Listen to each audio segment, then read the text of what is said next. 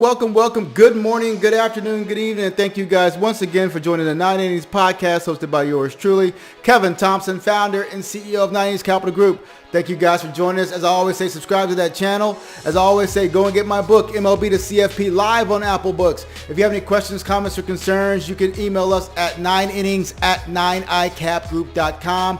Go to the website, www.9inningscapitalgroup.com to schedule an appointment or ask questions. If you want to listen to our YouTube channel, type in YouTube and go to 9 Innings Capital Group, 9 Innings Capital Group there. Or also go to iTunes and type in 9 Innings Capital Group to listen to the audio version of our interviews and our podcast. Today we are here to talk about one of my favorite topics, trading. Are you an investor or are you a trader? Let's get it.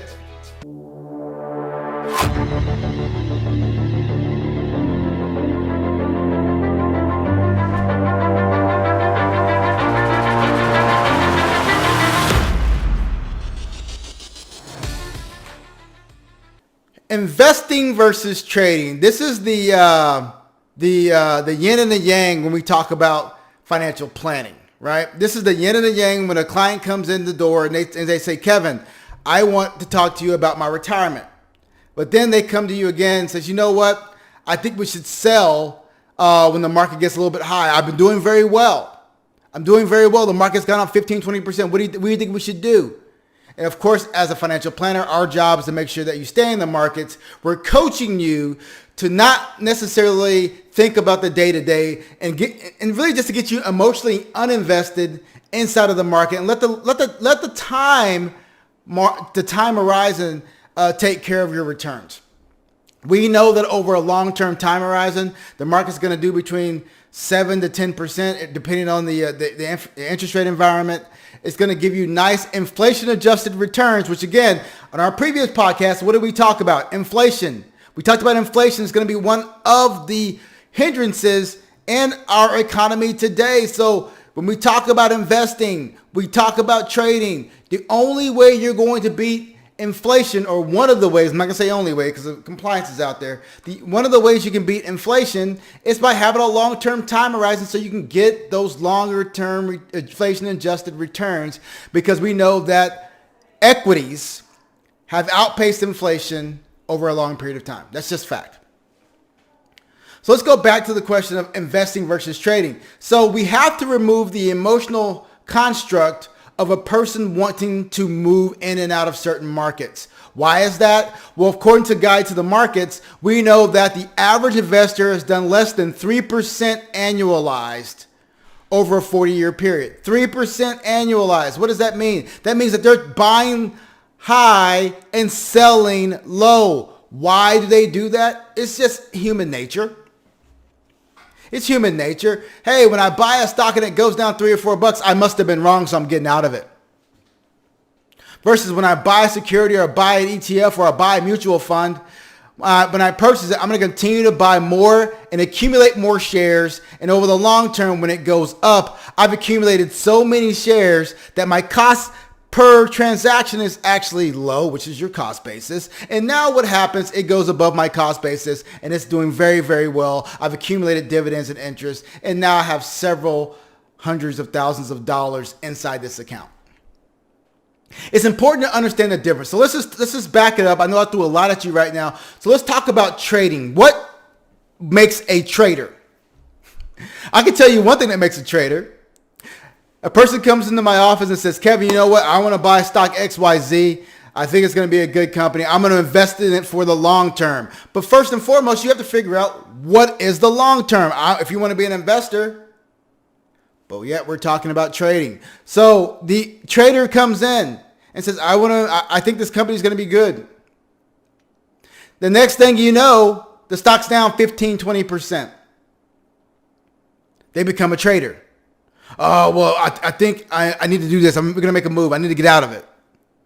You become a trader. Instead of being an investor in this company and buying more shares as it declines, you become a trader because fear and emotion get into your mind. So we want to make sure that we remove that fear from your mind and talk to you about Why are we buying this stock? What is our purpose of this? What's our time horizon? Is it 5 years? Is it 10 years? Is it 1 day?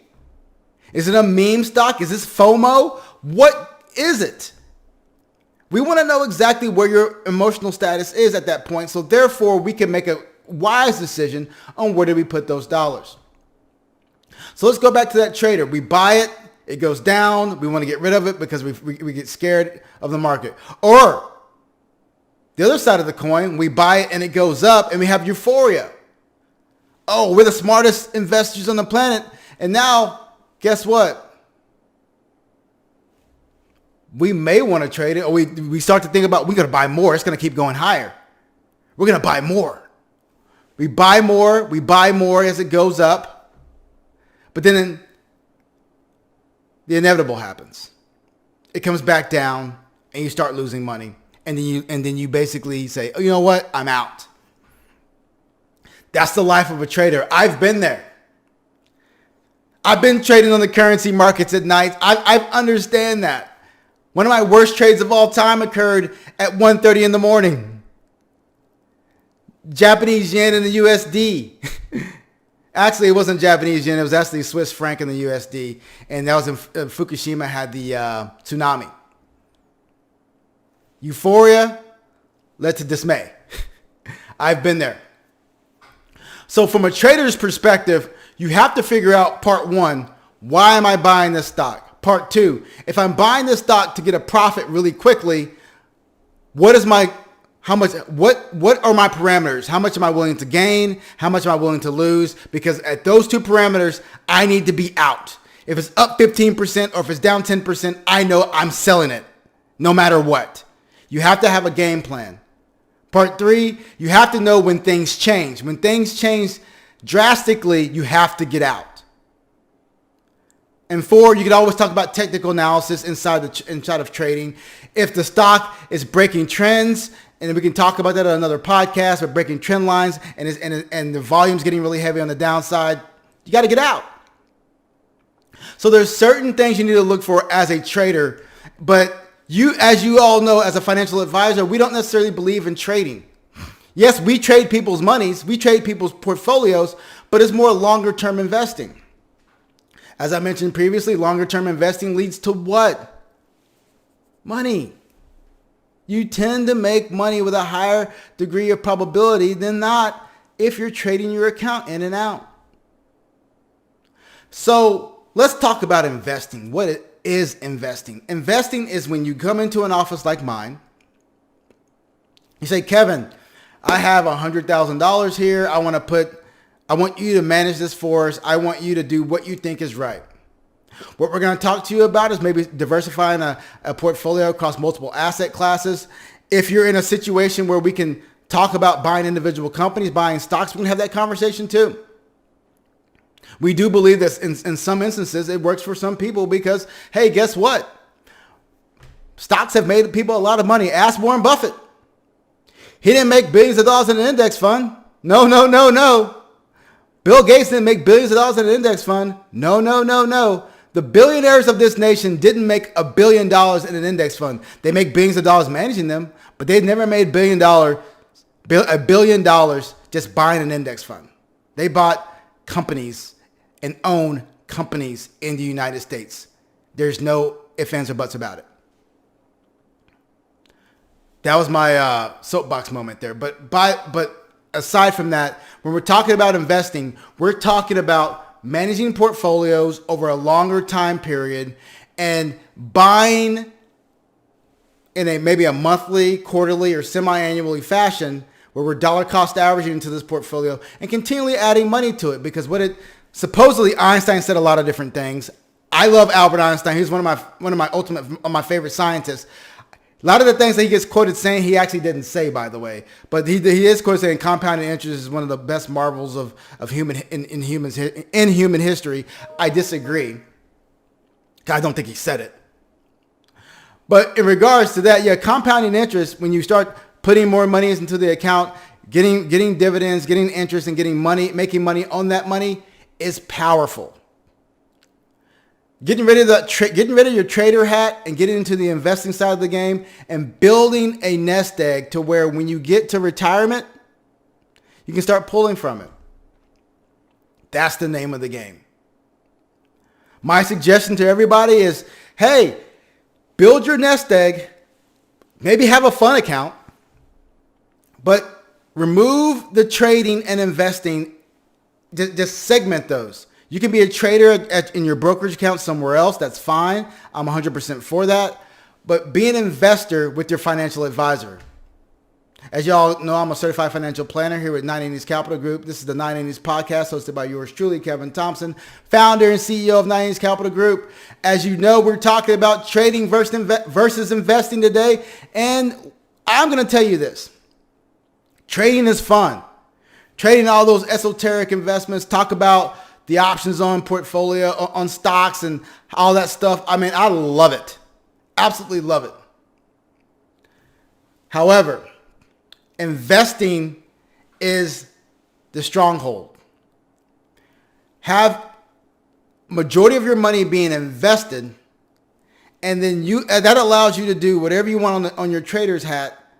And hey, like I said in my last podcast, which is the market a casino? You can take that money and you can bet it on black all day long if you want to.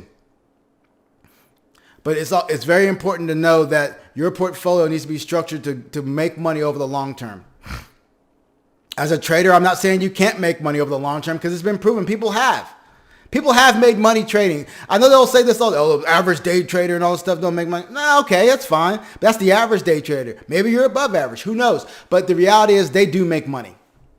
Because if they didn't make money, they wouldn't continue to do it. So I believe in investing your money over the long term and having a small account. If you want to have a fun money account and really try to go for it, by all means, we're here for you for that as well. Thank you guys for joining us, 980s podcast. As you know, we're here to do what? Educate, empower, and engage. And today we're talking about trading versus investing. Which one are you? Are you a trader? Are you an investor? Regardless of whichever one you are, hey, you're putting money to work. And that's the main focus of this call. That's the main focus of this podcast, to put money to work. Again, thank you guys for joining us. Look out for our podcast on 980s Capital Group on the YouTube channel, also on iTunes as well. Go to our website, www.980scapitalgroup.com. Like we just mentioned previously, we're here to educate, empower, and engage. And I hope we engaged and educated you today. Thank you. God bless.